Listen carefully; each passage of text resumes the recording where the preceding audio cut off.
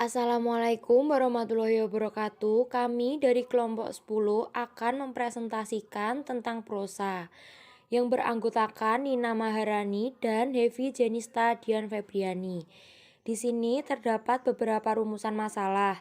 Yang pertama, pengertian prosa. Yang kedua, apa ciri-ciri prosa. Yang ketiga, apa jenis-jenis prosa. Dan yang keempat, apa unsur-unsur prosa. Pengertian prosa secara umum, kata prosa berasal dari bahasa Latin yaitu prosa yang berarti terus terang, sehingga prosa dapat dikatakan sebagai suatu karya sastra yang digunakan untuk mendeskripsikan suatu fakta.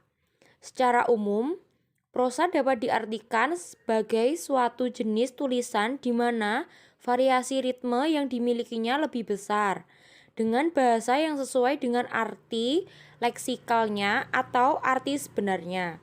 Prosa dapat juga berarti suatu karya sastra yang bentuknya tulisan bebas dan tidak terikat dengan berbagai aturan dalam menulis seperti irama, diksi, rima, dan lain sebagainya.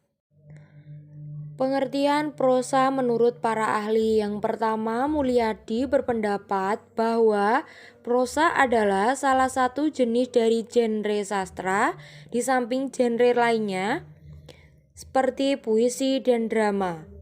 Yang kedua, menurut Tu berpendapat bahwa prosa adalah suatu bentuk kayak fisik yang mencoba membeberkan suatu kenyataan. Yang ketiga, menurut Zainuddin berpendapat bahwa prosa adalah pengungkapan peristiwa secara jelas dengan penguraian seluruh pikiran dan juga seluruh perasaan serta tidak terikat syarat-syarat tertentu dalam sebuah karya sastra. Ciri-ciri prosa: yang pertama, bentuknya bebas. Yang kedua, memiliki tema. Yang ketiga, terdapat urutan peristiwa. Yang keempat, terdapat tokoh di dalamnya. Yang kelima, memiliki latar. Yang keenam, terdapat amanat. Yang ketujuh, pengaruh bahasa asing. Yang kedelapan, nama pengarang. Dan yang kesembilan, mengalami perkembangan. Jenis-jenis prosa. Prosa ada dua jenis, yaitu prosa fiksi dan prosa non-fiksi. Prosa fiksi adalah kisah yang memiliki pemeran, latar, serta tahapan rangkaian peristiwa yang dihasilkan oleh imajinasi penulisnya, sehingga menjalin suatu kesatuan kisah. Berdasarkan perkembangannya, prosa fiksi dapat dibedakan menjadi dua jenis, yaitu prosa lama dan prosa baru atau modern. Prosa lama adalah tulisan cerita atau kisah yang belum mendapatkan pengaruh budaya modern barat. Ciri-ciri prosa lama adalah statis, sedikit diferensialisasi atau varian, berpusat di istana, bersifat anonim dan menyebar dengan cara lisan. Beberapa jenis prosa lama yaitu dongeng, fabel, mite atau mitos, legenda, jenaka, sage, hikayat, dan cerita berbingkai.